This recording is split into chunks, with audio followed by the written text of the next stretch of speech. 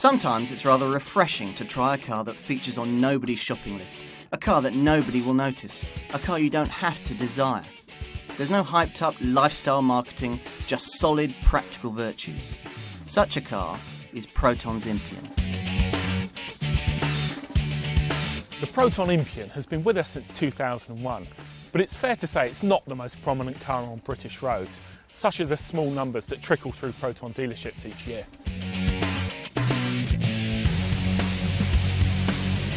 Its main purpose is to serve Proton's massive Malaysian home market, but there's a small but loyal band of older buyers who want something like a Proton Gen 2, but want the added security and the conservative nature of a car with a boot.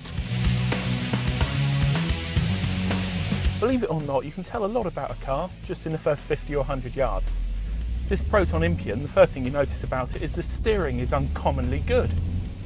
You certainly don't expect steering feel like this in a budget car. Same goes for the ride. It rides a lot better than a Chevy or a Kia.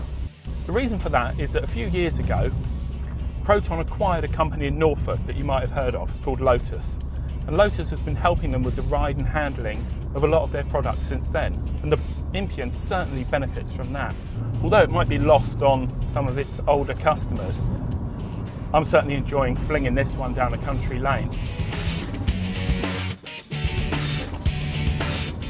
The Impian's powered by a 1.6 litre CamPro petrol engine, and although it's not the most powerful engine around and the Impian's not a particularly fast car, it sounds good, it's quite willing, and the best thing about it, it's a very, very lightweight unit, which means that the car handles really well. You can put it through corners, like this one for example, quite hard, and it will resist understeer. The brakes are good, you can drop it into a corner like this, and it won't run wide. The nose will track very, very accurately. You can definitely tell that Lotus has been at work here. To try and keep things fresh, Proton has revised the Impian more than once. In 2005 it got its biggest restyle, and it received things like air conditioning, anti-lock brakes, reverse parking sensors and traction control.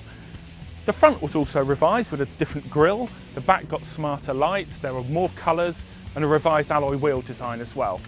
Proton revised the whole fascia in the last round of facelifts.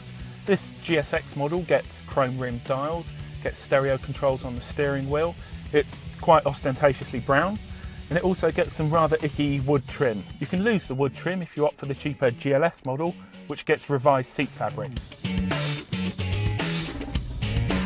Fuel consumption is unexpectedly impressive for a car that lacks cutting-edge technology under the bonnet. This 1.6 CamPro engine will return just over 42 miles to the gallon, which is pretty good considering it will get to 60 in just over 12 seconds. Most buyers who look at the Impian, they won't be interested in the engine though. They'll be looking for a cheap car that offers lots of equipment, and it certainly answers the score on that regard.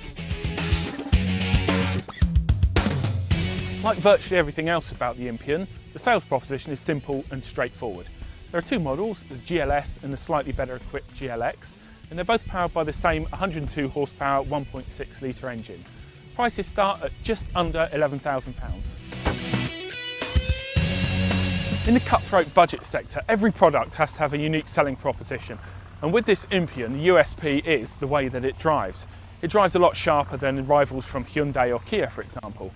The trouble is, will buyers who are more mature, who would normally look at this sort of car, necessarily value the way that it goes around corners?